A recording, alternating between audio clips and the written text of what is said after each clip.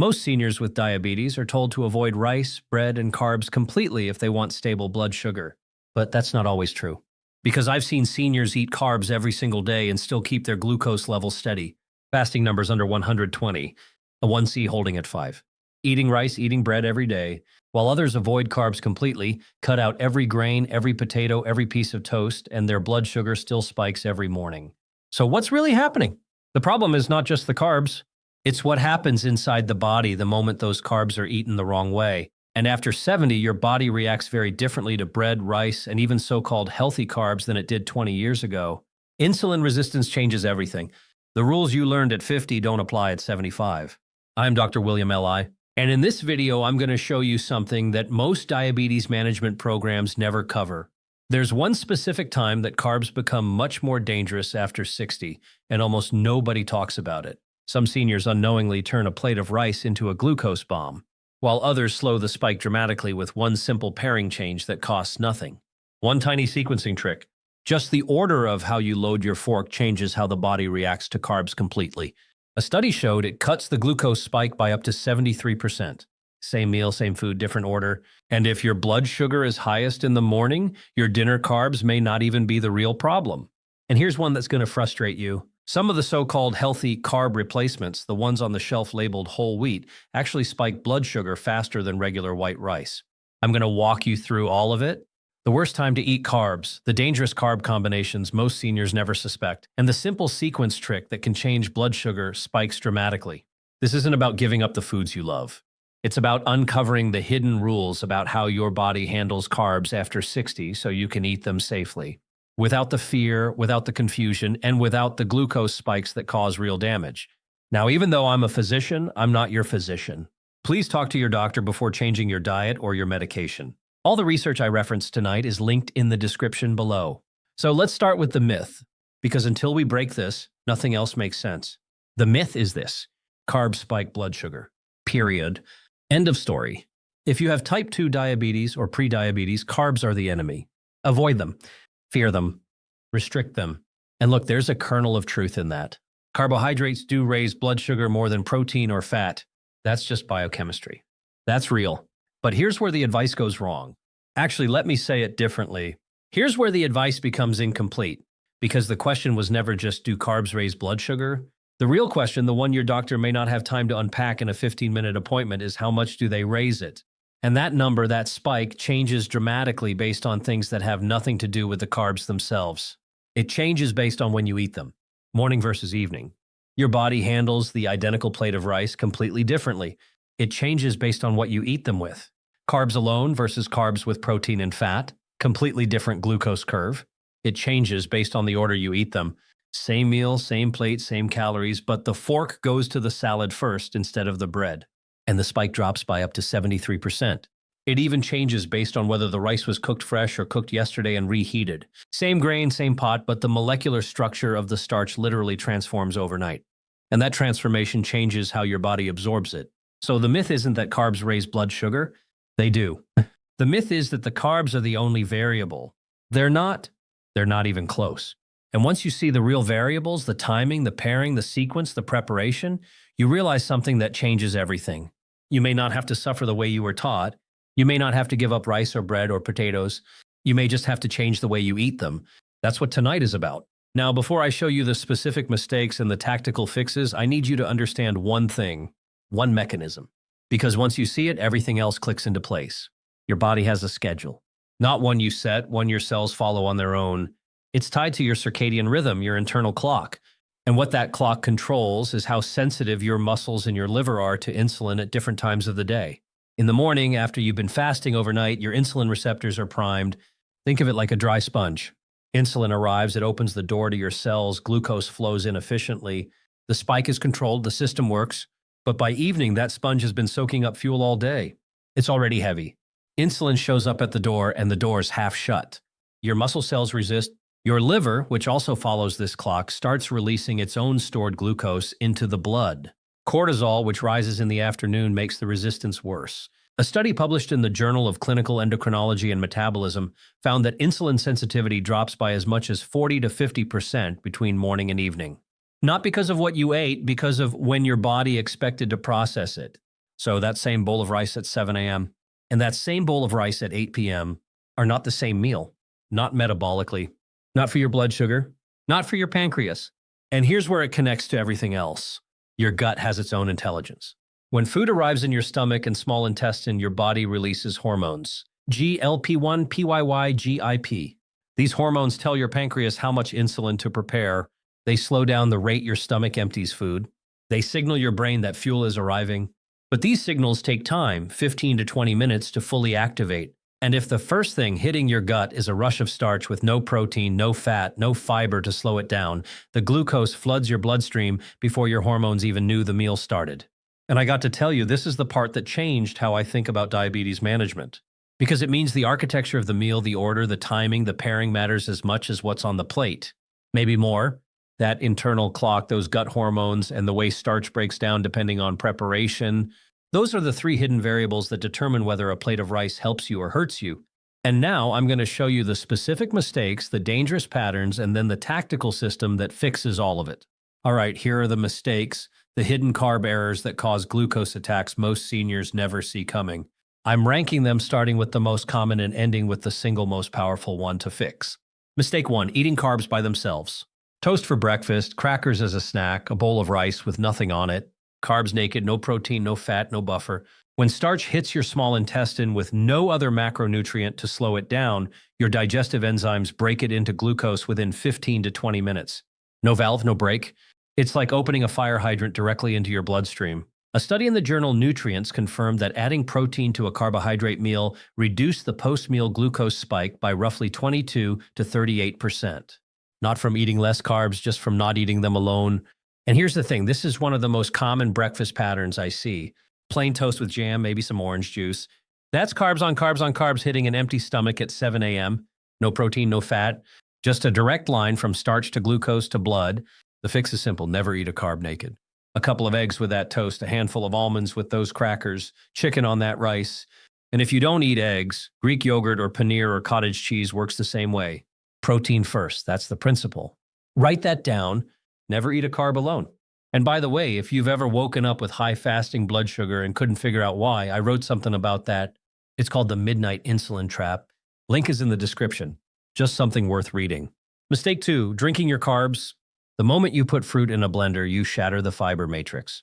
Those cell walls inside an apple or a banana, they're what trap the sugar inside the cellular structure. Your body has to break them apart piece by piece when you chew. That's slow. That's controlled. Blending does all that work instantly. The sugar is free, uncontained. Your body absorbs it at a speed your pancreas was never designed to handle after 70.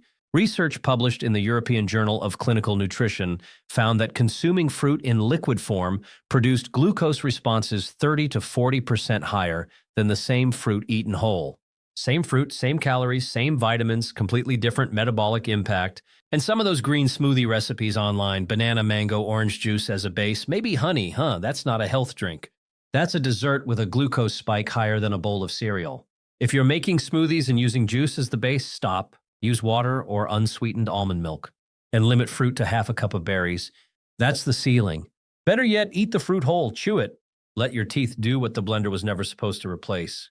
And real quick, tell me in the comments, how many years have you been managing blood sugar? I read every single one. I'm curious. Mistake 3, and this is the one I warned you about. The so-called healthy carb replacement that spikes blood sugar almost as fast as the thing it replaced. Whole wheat bread. Now look, your doctor said switch to whole grains, and that is good advice. The problem is what the food industry did with it. The word whole on the label means every part of the grain is present. The bran, the germ, the endosperm. But the physical structure, the actual architecture of the grain has been destroyed, ground into fine powder. Pulverize. Think of it like a brick house. A whole brick house is strong. Takes a wrecking ball to break through. Now grind those same bricks into dust. It's still whole brick. Every molecule is there, but the structure is gone. The dust offers no resistance. That's what whole wheat flour is. Ground up whole grain. Your digestive enzymes cut through it in 15 to 20 minutes. Almost as fast as white bread. White bread, glycemic index of about 75. Most commercial whole wheat bread, 69 to 72. That's not the dramatic difference the label wants you to believe. But sprouted grain bread, like Ezekiel bread, has a glycemic index around 36. Sourdough, 48 to 54. Because the grains are partially intact. The starch is trapped inside the kernel. Your body has to work to extract it. And that work, that resistance, is what keeps the glucose curve flat. At Aldi or Trader Joe's, look for sprouted grain. At Costco, the Kirkland Organic Sprouted Bread runs about $4.49 for 2 loaves.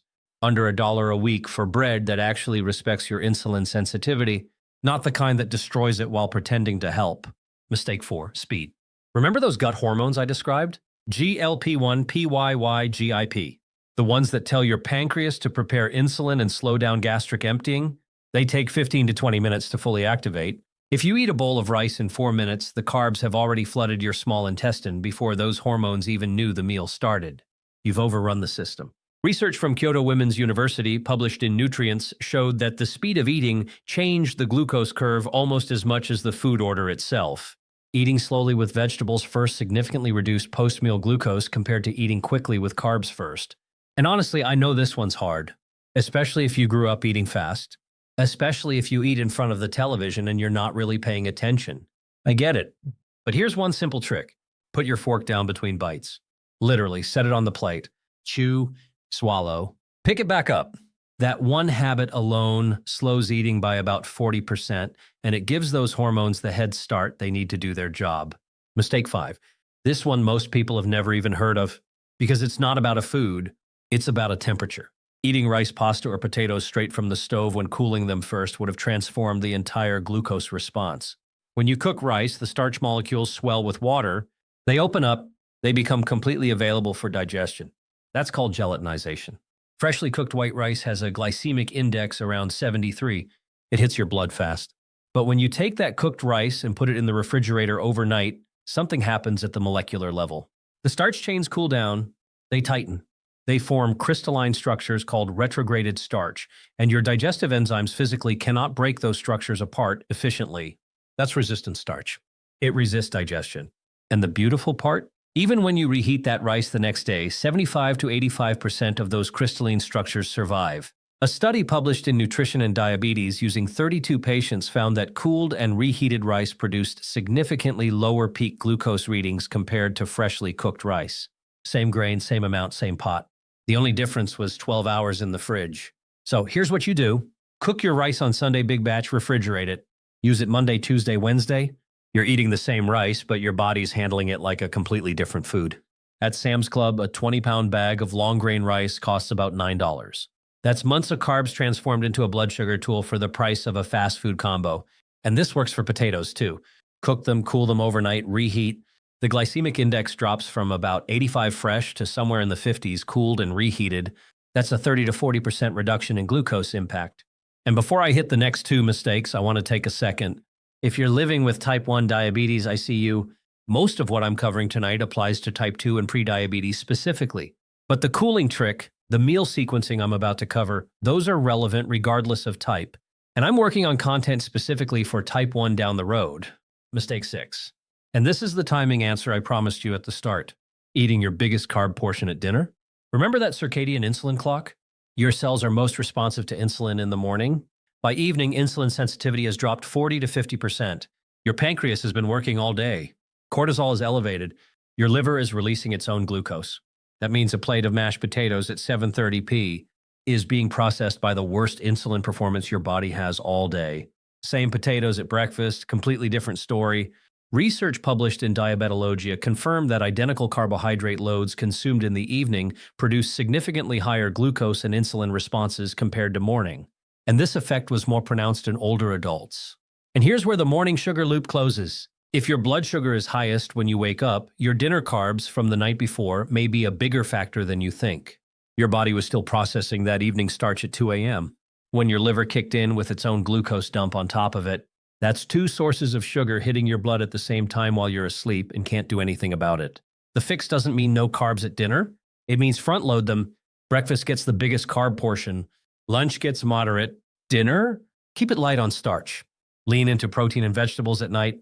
Let the morning handle the bread and rice when your body can actually manage them. At Walmart or Kroger, those pre-cooked chicken strips are about $2.99 a bag. Pair with steamed broccoli and a small serving of cooled reheated rice. That's a dinner that respects your body's clock under $4.